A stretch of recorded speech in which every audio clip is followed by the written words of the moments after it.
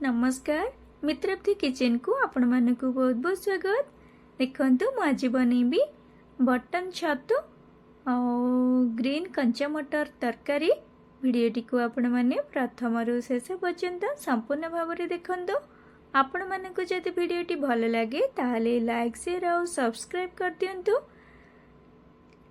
तो प्रथमे मुझे छतु को धोई नेबी। गोटे पात्र रे पानी नहीं देखंतु सबु छतु को पानी रे पकेदेली ताकू भल भाव में धोई नेबी।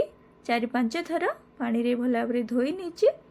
तो देखंतु मुझे तरकारी बनाया जहाँ जहाँ दरकार सबू प्लेट रे भल भाव में धोईकी काटिकी रखी। छतु ये अदा रसुण कंचा लंका रखी। ग्रीन कंचा मटर रखी। पियाज को काटिकी रखी और ये 2टी टमाटर काटिकी रखी। तो चलतु एबे प्रथमे मसला बनै नवा। मुझे जार नहीं जाइए। देखंतु कंचा लंका और अदा रसुण देदेली जार रे। परे कटा टमाटर दे दउची देकी तार ढांकुणी दे दउची जार कवर करनेली जार को। तो एबे मसला बाटी नवा। मसला को बाटी नउची। मसला बाटी हो गला। तो मुझे देखुची ढांकुणी बाहर करके देखंतु भल भाव में चिकन होगी बाटी हो जाइए मसला। प्रथमे मुझे गैस लगे दउची। परे कढ़ई बसई नेली। प्रथमे मटर को टिके भाजी नवा। तो से मुझे तेल अल्प टिके देदेली कढ़ई रे। तेल गरम हो गला परे कंचा मटर को दे दउची। अल्प टिके भाजी नवा। टिके भाजी देले भल लागिबो तरकारी पकेले टेस्टी लागिबो। तो देखंतु अल्प टिके भाजी नहीं गली मटर को। परे बाहर कर नउची। सबू मटर को बाहर कर नहीं गली। परे कढ़ई रे दे दउची छतु को भाजीबा को पड़िबो। छतुर तो पानी बाहरिबो सेथिपाई मु कढ़ई रे खाली एमती छतु को देदेली। पानी बाहरिबो बहुत और पानी सबू सुखी गला पर ही तेल देकी भाजीबी। तो देखंतु मुझे छतु को देकी घांटी नउची। देखंतु छतुरु केते पानी बाहरिलानी। मो छतु को एमती साइड कर नउची। कढ़ईर मझिरे एमती जहाँ सबू पानी बाहर की जल्दी सुखी जीवो। देखंतु पानी जल्दी सुखी गला। छतुर जहाँ पानी बाहरला सबू सुखी गला पर मुझे तेल दे दउची छतु को भाजिया पे। तो देखंतु तेल देकी भाजी नउची छतु को। छतु भल भाव में भाजी हो गला पर मुझे प्लेट को बाहर करने भी। तो देखंतु छतु भल भाव में भाजी हो गला पर प्लेट को बाहर कर नउची छतु भजा छतु को। सबू छतु को बाहर कर नहीं गले परे कढ़ई रे तेल दे दउची। 3 चामच तेल दे देबी। मसलाटा को भल भाव में भाजी नवा। तो सेथिपाई मसला बनैबा मुझे गोटे डालचीनी देदेली। तेल भल भाव में गरम हो गला परे कटा पियाज देदेली।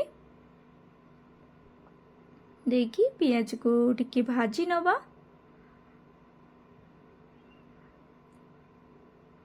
पियाज को देकी एमती टिके घांटी नउथिबे भाजी हो जिवो।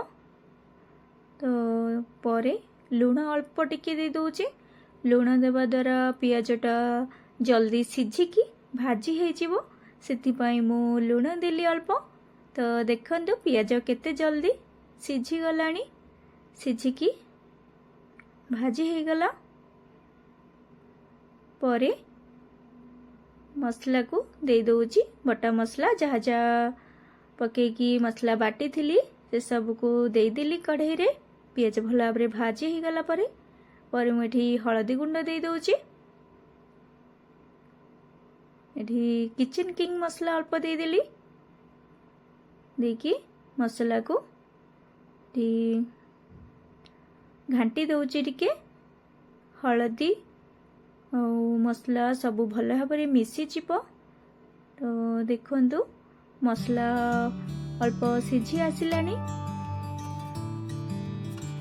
मसला कषिबा समय रे अल्प अल्प समय पर घाटी घाटी दौथिबे, नहले मसला कढ़ई रे लागी जीवो, पोड़ी जीवो।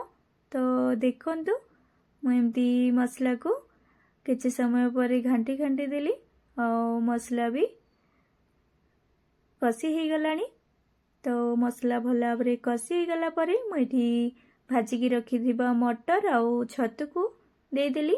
देकी ताकू भल भाव घाटी नबा। मुझे घाटी नौची छतु आउ मटर सहित मसला भल भाव मिसी जीव।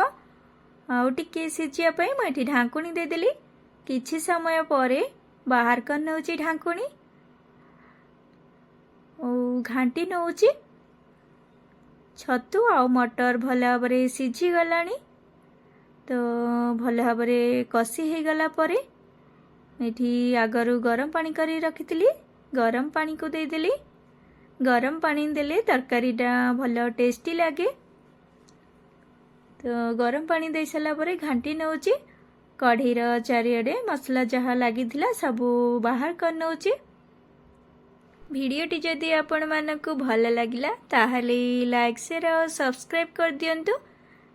टी तरकारी रे स्वाद अनुसार लुण दे देली परे घाटी नौची। तरकारी को भल भाव फुटिया छाड़दबा। तो देखंतु तरकारी भल भाव फुटी गलानी। तरकारी पूरा रेडी हो गला। छतु आउ कंचा मटर तरकारी। तो मुझे गोटे पात्र को बाहर कर नौची। परे कटा धनिया पत्र को दे दूची। धनिया पत्र देवा द्वारा तरकारी आउरी भल बास्ना की टेस्टी हुए।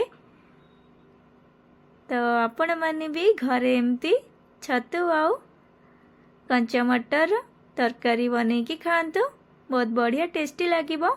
आपण माने चाहिले आलू भी दे परिबे, मुझे आलू देनी। भिडियोटी आपण मानकु केमती लागिला कमेंट करके जणेबे। भिडियोटी को प्रथमरु शेष पर्यंत देखिथिबारु आपण मानकु बहुत बहुत धन्यवाद।